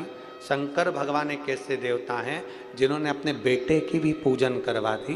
शंकर भगवान केवल एक ऐसे देवता हैं जिन्होंने अपने नंदी की भी पूजन करवा दी। शंकर भगवान केवल एक ऐसे देवता हैं जिनने अपने पोते शुभ लाभ की भी पूजन करवा दी। शंकर भगवान एक ऐसे देवता हैं जिनने पड़पोते अमोद और प्रमोद की भी पूजन करवा दी। शंकर भगवान एक ऐसे देवता हैं जिन्होंने अपनी लड़की अशोक सुंदरी की भी पूजन करवा दी। शंकर भगवान एक ऐसे देवता हैं जिन्होंने अपनी 5 बेटी जया, बोलो विषहरा, शामरी बारी, दौतली, देव, ये 5 बेटियों की भी पूजन करवा दी। शंकर भगवान एक ऐसे देवता हैं जिन्होंने अपने गले में पड़े हुए सांप की भी पूजन करवा दी।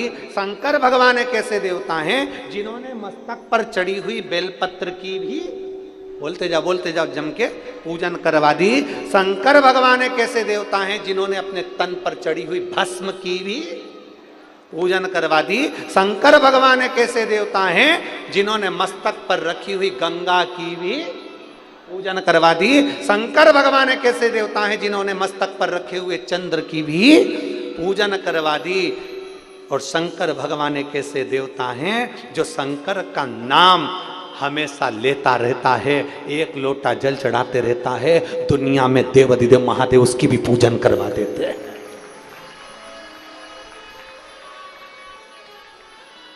आप अगर शंकर के मंदिर में एक लोटा जल चढ़ा रहे हो, आप शिव जी के मंदिर में एक लोटा जल समर्पित कर रहे हो, एक ना एक दिन ऐसा आएगा कि शंकर भगवान तुम्हें नीचा नहीं देख सकते, वो तुम्हें ऊंचा। एक पत्र है,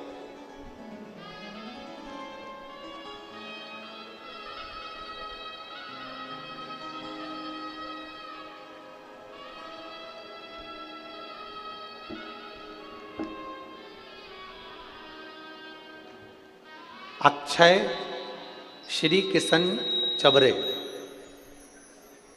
चिखली तालुका चिखली, जिला बुल्ढाना। कहीं बैठे हो तो हाथ हिला सकते हैं, आप ही हैं। श्री शिवाय नमस्तु।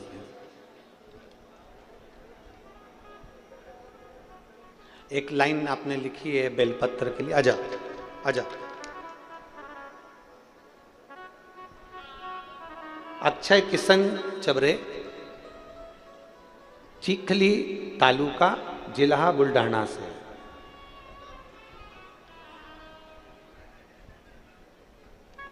बाबा, चिखली जिला बुल्ढाना का रहने वाला हूं। मैं प्राइवेट कंपनी में जॉब करता था। पिछले साल मेरी शादी हो गई। मैं 4 से 5 साल से सरकारी नौकरी के लिए कोशिश कर रहा था। बाबा, सत्य मानो तो मेरा मन पहले कथा में नहीं था, नहीं सुनता था। मेरी माँ कथा सुनती थी और मेरी पत्नी ने, जिसके साथ मेरी शादी हुई, मेरी पत्नी शंकर जी पर और आप पर पूरा भरोसा करती है। मैं भले ना करूं पर मेरी पत्नी आप पर पूरा भरोसा करती है और उसने पशुपतिनाथ का व्रत किया। गुरुदेव, 5 सोमवार व्रत किया। मेरा इस बात पर कोई भरोसा नहीं था।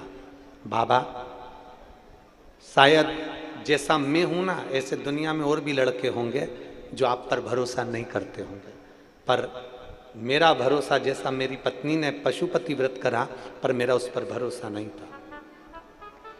पत्नी कहती है तुम चिंता मत करो, तुम तुम्हारी प्राइवेट जॉब करो, मेरा काम है भगवान शंकर को मनाना। मेरा बाबा मेरी सुनेगा जरूर, तुम्हारी सरकारी नौकरी तो अब लग के रहेगी, चाहे कुछ भी हो जाए। मेरी पत्नी ने फिर वापिस व्रत किया। मैंने उसको मना किया, मत कर, कुछ नहीं होने वाला। फिर उसने नहीं माना। तब मेरे पिताजी ने अमरावती में आकर मेरे माता जी के कहने पर कथा श्रवण करी। फिर मेरे पिताजी ने सुना कि पंडाल में 5 जगह पर अगर कथा सुनी जाती है तो भगवान शंकर से जो मांगा जाता है वो देता है। मेरे पिताजी 5 पंडाल में जाकर कथा सुने। पंडलपुर, 40 गांव, यवतमाल, ऐसे मेरे पिताजी कथा सुनने के लिए गए। और बाबा का मैं क्या गुणगान करूं गुरुदेव। मेरे बाबा ने ऐसी कृपा करी कि मेरे बाबा, पिताजी सीहोर में कथा सुनकर आ रहे थे और मेरे पास में सरकारी नौकरी का ज्वाइनिंग ऑर्डर आ चुका था। मैं बाबा को यहाँ धन्यवाद देने के लिए आया हूँ। क्या बाबा सुनता है गुरुदेव?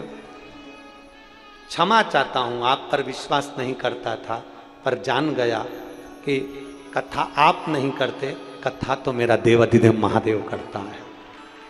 लाइन अच्छी है, आप और हम गुनगुनाएंगे।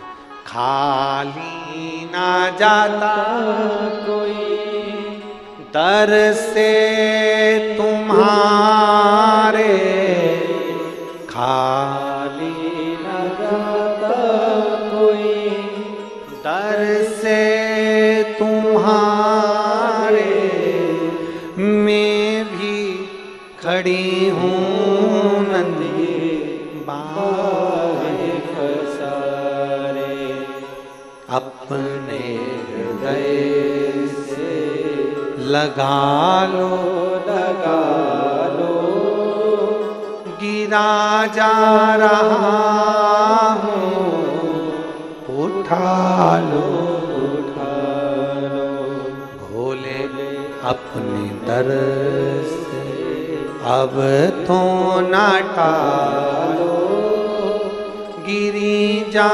रही हो, उठा लो, उठा लो।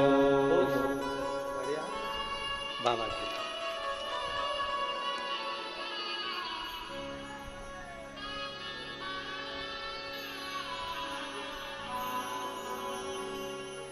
रोइए नहीं, अब तो खुश होइए, अब तो हो गया बाबू का सिलेक्शन, अब तो बधाई बधाई ना को, बस तो खुश हो, अब तो रोना नहीं, आंसू प्रसन्न। बाबा जी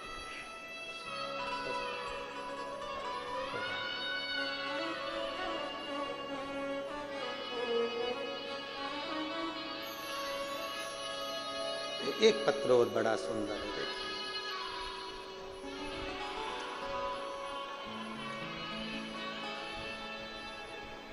पुष्पांजलि संजय भराटे, मुकाम पोस्ट कारला, तहसील तेलहारा,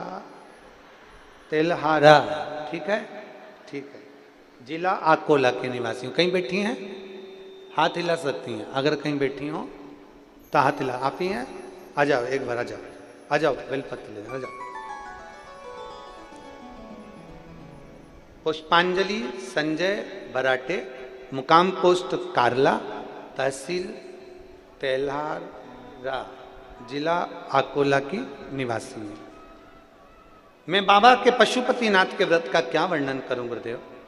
मेरी बेटी जो सरकारी नौकरी के लिए प्रयत्न कर कर कर थक गई, तब उसने सोचा कि अब उसकी नौकरी नहीं लगेगी। उसने भी एक प्रण कर लिया कि वो सियोर वाला महाराज कहता है, जो ठानोगे बाबा देगा, तो शादी नहीं करूंगी जब तक मेरी नौकरी नहीं लगेगी। मैं भी अब जिद्दी हूं और सियोर वाला महाराज के कथा पर विश्वास करती हूं। तो मेरी बेटी से मैंने कहा कि तू मंदिर जाना चालू कर और मंदिर में सफाई करना प्रारंभ कर।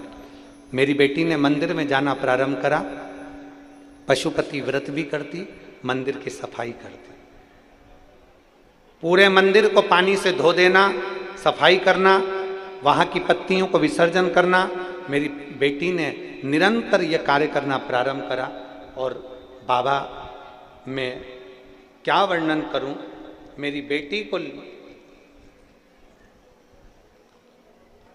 मेरी बेटी ने एक एग्जाम दिया था जिसका रिजल्ट कई सालों से नहीं आया था।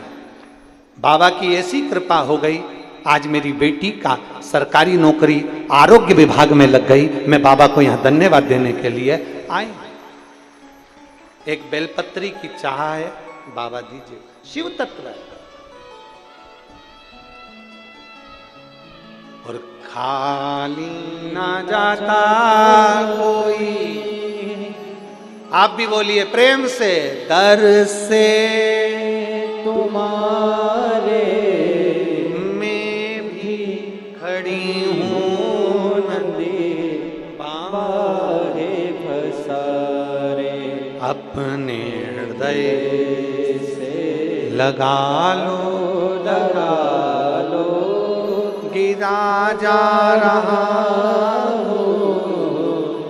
उठा लो, उठा लो। एक विश्वास जागृत करो।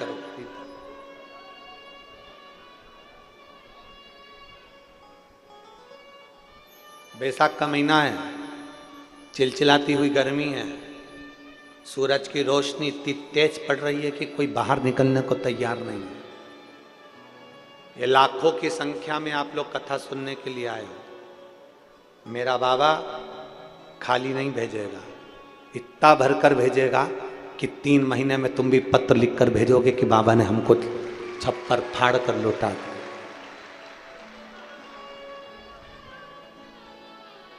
शिव है वो, खाली नहीं छोड़ता, दिए बिगर नहीं रहता। बस उसका अनुमोदन जब हम करें, उसका स्मरण जब हम करें, उसको जब हम दिल में बिठा लें, तो वो भी हमको इतना हृदय से लगा लेता है कि खाली नहीं छोड़ता। देवऋषि नारद के भीतर के संशय को मिटाने के लिए वो नेत्र खोल लेता है। नहीं,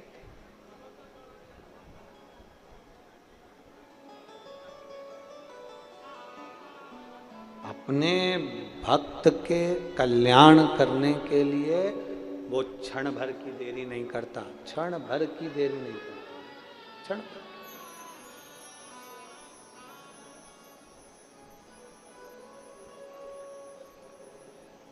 थोड़ा अगर कोई काम बहुत अटका हुआ है, थोड़ा समय लग सकता है। हमने पहले एक बात कही थी कि फाइल अगर ज़्यादा मोटी है ना, तो ऑफिसर को भी इसको छुपाने में थोड़ा समय लगता है। फाइल अगर मोटी है, फाइल अगर मोटी है तो ऑफिसर को भी इसको छुपाने में समय लगता है, थोड़ा समय लग सकता है।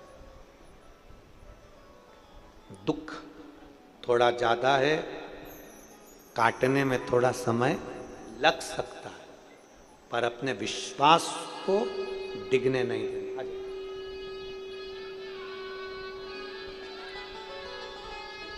पुष्पांजलि, बधाई आपको, आपकी बेटी का जन्म।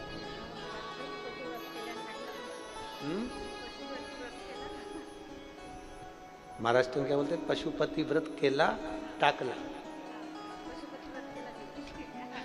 बधाई बधाई।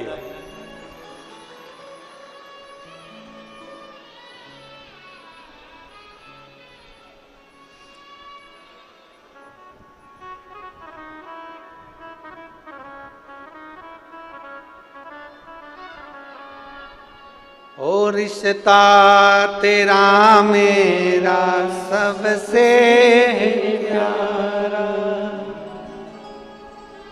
रिश्ता तेरा मेरा सबसे प्यारा, तू मेरा बाबा मैं हूँ तेरा लाला, मैं हूँ तेरा लाला, तू मेरा बाबा मैं हूँ तेरा लाला, मैं हूँ तेरा लाला। आप उससे संबंध जोड़कर रखो, उसको हर पल अनुभव कराता। देवर्षि नारद ने एक बार संबंध जोड़ा, उसने अनुभव करा दिया।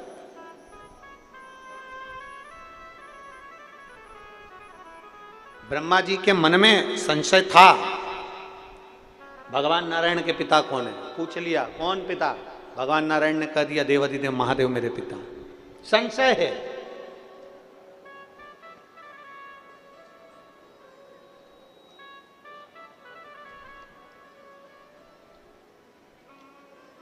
एक संबंध अगर अब पक्का है ना, तो वो अनुभव कराता है। संबंध पक्का है तो अनुभव कराएगा।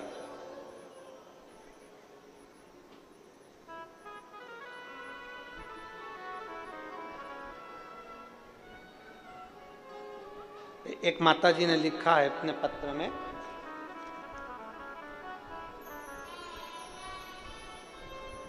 कि महाराज जी तुम्हारे सिर में चोट लगी थी, अब कोई दिक्कत तो नहीं है?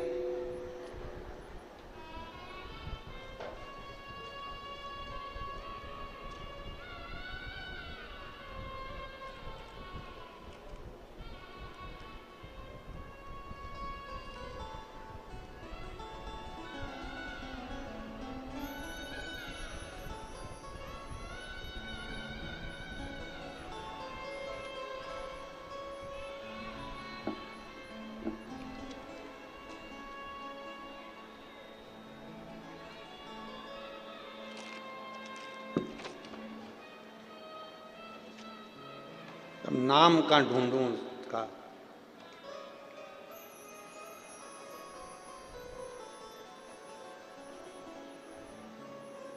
सो रागिणी नरेश यादव, मुकाम नागपुर, छोटा ताज बाग की रहने वाली हूं।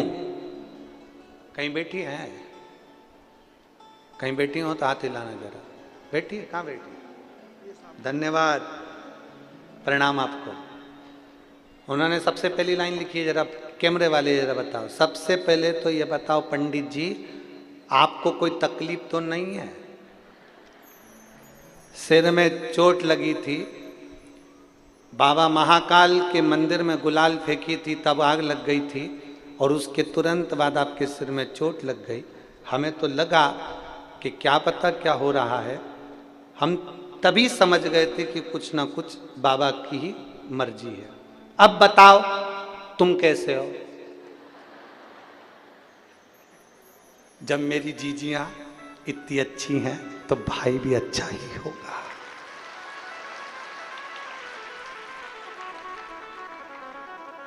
और जितनी मेरी जीजी मुझसे प्रेम करती है उतने मेरे जीजा करते हैं, उतना ही प्रेम करते हैं।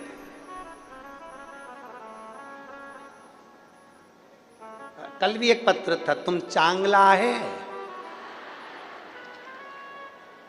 कल भी एक पत्र था, तो बैठो बहन बैठो, प्रणाम प्रणाम।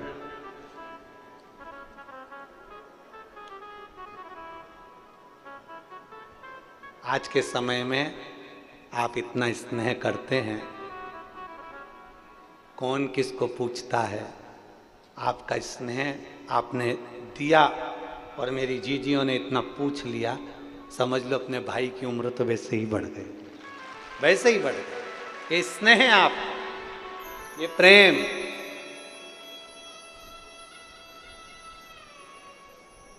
शिव महापुराण की कथा कर रही है। ब्रह्मा जी के मन में संशय उत्पन्न हो गया, भगवान विष्णु के पिता कौन? भगवान विष्णु जी से पूछा तुम्हारे पिताजी कौन है? शंकर भगवान का नाम ले दिया। शिव जी तुम्हारे पिता? हाँ। एक पर्वत को घुमाना प्रारंभ करा, पर्वत से अग्नि का खंभ प्रकट हो गया। खंभ प्रकट हुआ तो उसने शिवलिंग की आकृति ले ली। शिवलिंग की आकृति ली तो उसमें से आकाशवाणी हो गई, ब्रह्मा मैं नारायण का पिता, मैं नारायण का पिता। आकृति। अब ब्रह्मा जी को संशय है,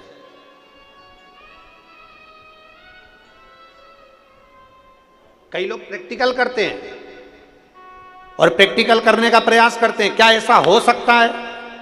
क्या बेलपत्र चढ़ाने से ऐसा हो सकता है? क्या शंकर जी को धतूरा चढ़ाने से ऐसा हो सकता है? क्या शंकर भगवान को बैसाख के महीने में जल चढ़ाने से ऐसा हो सकता है? क्या बेलपत्री खाने से रोग की मुक्ति हो सकती है? आप प्रैक्टिकल करते हैं और करना चाहिए,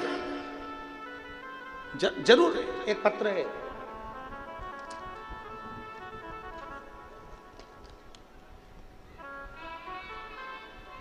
शारदा रामलाल मंडले, माया प्रेस, पेंशनपुरा, परतवाड़ा, तहसील अचलपुर, जिला अमरावती। मेरा मोबाइल नंबर ये है, कहीं बैठे हो तो हाथ हिला सकते हैं, कहीं बैठे हो तो हाथ हिला सकते हैं। शारदा रामलाल मंडले, माया प्रेस, पेंशनपुरा, परतवाड़ा, तहसील अचलपुर, जिला अमरावती। मेरा मोबाइल नंबर है, कहीं बैठ। आप ही हैं? श्री शिवाय नमस्तु। बाबा मैं परतवाड़ा की रहने वाली हूँ, मुझे 2 बेटियाँ और 1 बेटा है। मेरे बेटे का नाम चिरंजीवी निर्मल रामलाल मंडले है। बेटा आया है क्या? लिया उसको। मेरे बेटे का नाम चिरंजीवी निर्मल रामलाल मंडले है, उसकी आयु 11 साल है। मेरे बेटे को 1.5 साल का था तब उसकी 11 साल की उम्र तक उसको ऐसी बीमारी ने घेर लिया था कि पूरे सर से लेकर पैर तक उसके पूरे शरीर में फुंसियाँ पड़ती थी, पक जाता था और पूरा शरीर बेकार हो जाता था, जिसका फोटो मैं लगा रही हूँ। ये पहला फोटो जिसमें उस बच्चे के हाथ पैर पूरी तरह से फुंसी, फोड़े और पूरे शरीर की चमड़ी उसकी बेकार हो जाती थी, जिसमें उसके हाथ पैर के निशान आपको फोटो में, आप एलईडी पर, टीवी पर देख रहे होंगे। आस्था चैनल पर इस फोटो को आप लोग देख रहे होंगे। मेरे बच्चे के पूरे शरीर में से फुंसी बढ़ती जाती थी और फूटने के बाद पानी निकलता था और वो पानी निकलकर पूरे शरीर में फैल जाता था, जिससे उसका शरीर का चमड़ी बेकार हो जाती थी। हम लोग 11 साल उसके इस दुख से दुखी थे कि इसका करें क्या। 10-11 साल में ऐसा कोई डॉक्टर नहीं था जिसका हमने इलाज नहीं करवाया। हर जगह से हमने इलाज करवाया, उम्मीद छोड़ दी कि अब ये ठीक नहीं होने वाला, क्योंकि डॉक्टर ने भी कह दिया ये रोग ठीक नहीं हो सकता। जब बीमारी का नाम तक नहीं मालूम, सब लोग हताश हो गए, तब हमारी आंख में आंसू आ जाते उसकी दर्द देखकर, उसका शरीर देखकर। तब आपने ऑनलाइन पार्थिव शिवलिंग का पूजन करवाया। हमारे पड़ोसी ने हमको कहा कि आज सियोर वाला महाराज पार्थिव शिवलिंग का पूजन करा रहा है, आप उस पूजन को करना। हमने मिट्टी का शिवलिंग बनाया, टीवी के सामने बैठकर आपके साथ में पार्थिव शिवलिंग का पूजन करा। पूजन करने के बाद वहाँ से बेलपत्री उठाकर बच्चे को खिलाई, और उसके बाद में हम सीहोर पहुँच गए, जहाँ का रुद्राक्ष भी हमने लिया। उस रुद्राक्ष को पानी में गलाते, शिव जी को चढ़ाते, एक बेलपत्र उठाकर लाते, बेटे के हाथ से शंकर जी को जल चढ़वाते, पशुपतिनाथ का व्रत करते। जो बीमारी 11 साल से नहीं गई, बाबा की कृपा से आज मेरा बेटा पूर्ण तरह से 6 महीने में स्वस्थ हो गया। मैं बाबा को यहाँ धन्यवाद देने के लिए